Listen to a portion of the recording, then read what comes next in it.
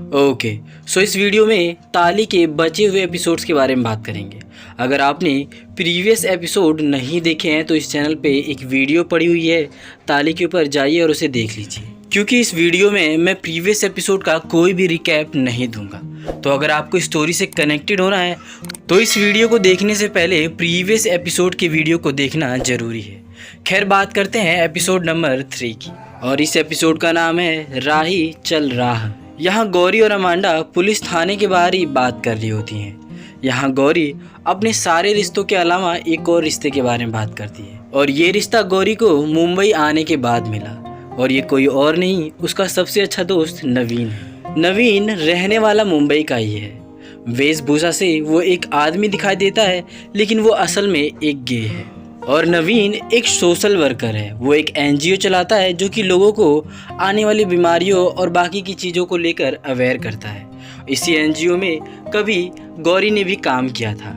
यहीं से स्टोरी वापस फ्लैशबैक में जाती है और हम देखते हैं कि नवीन ने गौरी को कैसे हेल्प की थी। नवीन गौरी को एक आदमी के घर भेजता है जो कि अकेला रहता है। उसका घर काफ़ी बड़ा है, साफ़ सफाई के लिए कोई नहीं है, तो वो गौरी को भेजता है साफ़ सफाई के लिए। और गौरी को भी ये काम काफ़ी पसंद आया, क्योंकि भीख मांगने से अच्छा है कि वो मेहनत करके काम करे और इज्जत का काम करे। काम मिलने के बाद गौरी को ऐसा लग रहा था कि उसकी ज़िंदगी अब बदल चुकी है। उसे बाकियों किन्नर की तरह रोड पे ताली बजा के पैसे मांगने की ज़रूरत नहीं है।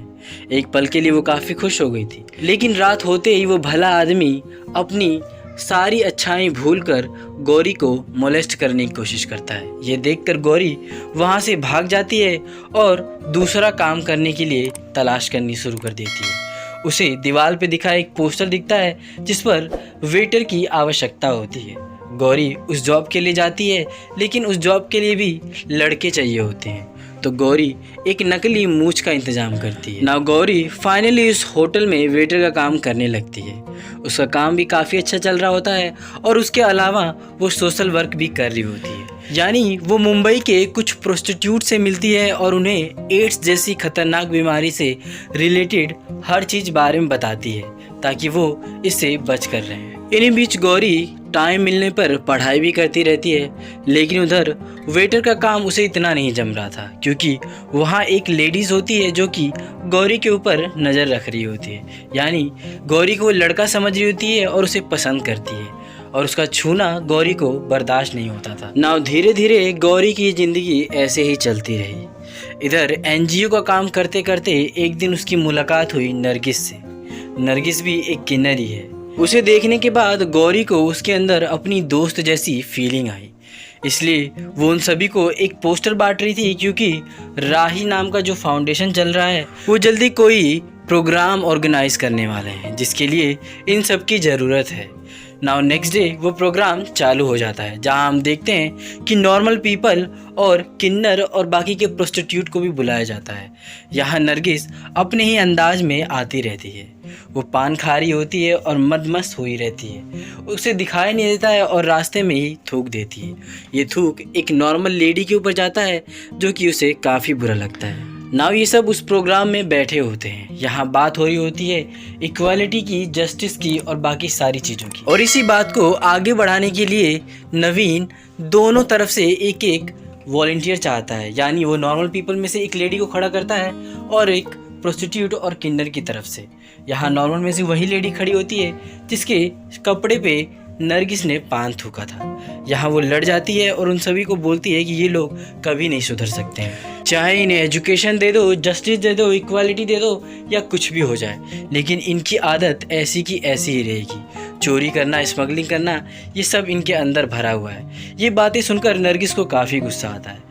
वो उन सभी को धमकाकर वहाँ से निकलने लगती है। उसे रोकने के लिए गौरी उसे समझाने की कोशिश करती है। वो कहती है कि हम सब एक ही हैं, हम में कोई भी अंतर नहीं है। यहाँ नरगिस उसे रोकती और कहती है कि हम अलग हैं, इन लोगों जैसे नहीं हैं, और तू हमारा दुख नहीं समझ सकता है, क्योंकि तू भी इन्हीं लोगों जैसा है। ये बात सुनकर उसे अजीब लगता है। इधर गौरी नरगिस को समझाने की कोशिश करती है। वो चाहती है कि वो कैसे भी करके इस प्रोग्राम की पूरी बात सुने, लेकिन नरगिस गुस्से में आग बबूला है, और वो गुस्से में ये कह देती है, अगर तुझे हमें समझना है तो तू भी हमारे जैसा बन के दिख। ये बात सुनकर गौरी को ये पता चल जाता है कि अगर इन्हें समझाना है तो इनके जैसा ही बनना पड़ेगा, क्योंकि ये किसी अपने की ही बात समझेंगे ना। गौरी फैसला कर लेती है कि वो सेक्स चेंज ऑपरेशन कराएगी।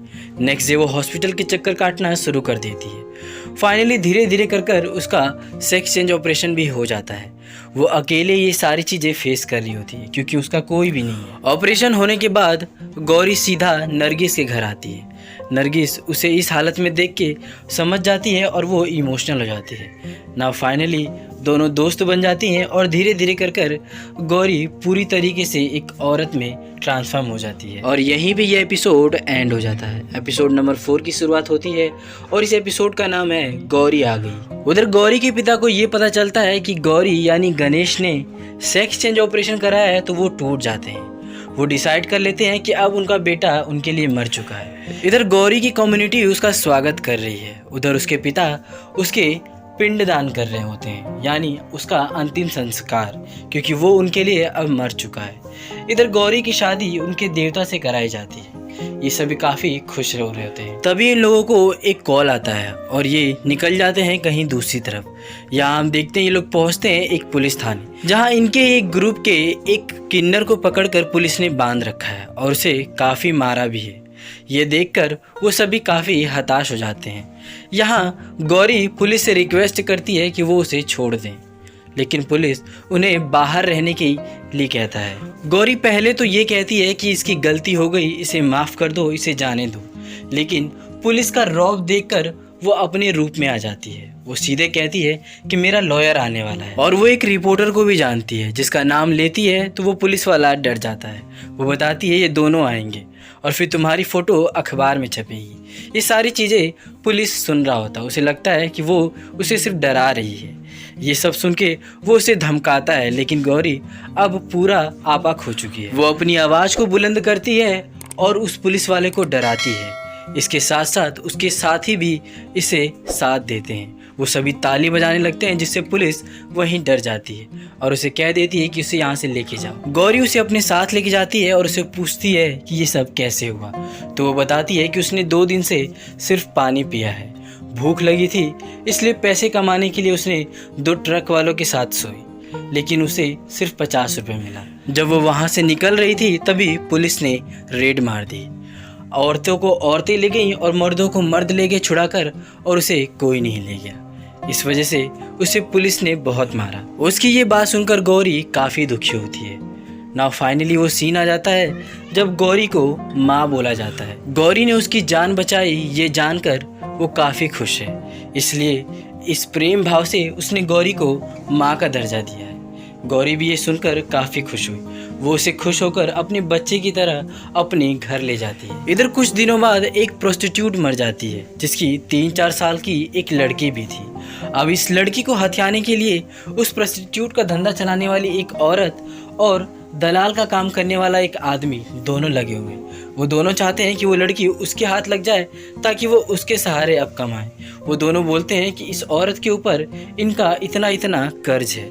ये सुनकर गौरी वहाँ आती है और उन दोनों को बोलती है कि उसका 40,000 कर्ज बनता है, तो अगर तुम दोनों उसे 40,000 दो तो वो छोड़ के चली जाएगी, वरना ये बच्ची उसकी होगी। हालांकि सच में ऐसा कोई कर्ज नहीं था, लेकिन वो उस बच्ची की जान बचाने के लिए ये झूठ बोलती है। यहाँ उन दोनों को ही वो पुलिस की धमकी देती है और डराती है, जिससे वो दोनों वो बच्ची उसे दे देते हैं। यहाँ वो उस बच्ची को लेकर अपने घर आती है, जिसका नाम गुंजन है। अब वो उसे पढ़ाती लिखाती है और अपनी बेटी की तरह उसे रखती है। अब ये सिलसिला ऐसे ही जारी रहता है। इधर गौरी भी धीरे धीरे पढ़कर काफ़ी इंटेलिजेंट और एजुकेटेड हो जाती है। Now she finally got a job in A school. उसकी मंथली सैलरी लगभग 8,000 होती है। ये सब देखकर उसे काफ़ी अच्छा लग रहा होता है। यहाँ स्कूल में जब वो पढ़ा रही होती है तो कुछ स्टूडेंट्स जो कि बाहर के कॉलेज के होते हैं वो उसकी फ़ोटो खींच रहे होते हैं, क्योंकि वो उसे आर्टिकल में डालेंगे। गौरी भी शानदार तरीके से खड़ी होती है और फ़ोटो खिंचवा लेती है। नाउ एक दिन स्कूल में देखती है कि उसकी बड़ी बहन का बेटा भी आया हुआ है और उसकी बड़ी बहन उसे छोड़ने के लिए आई हुई है।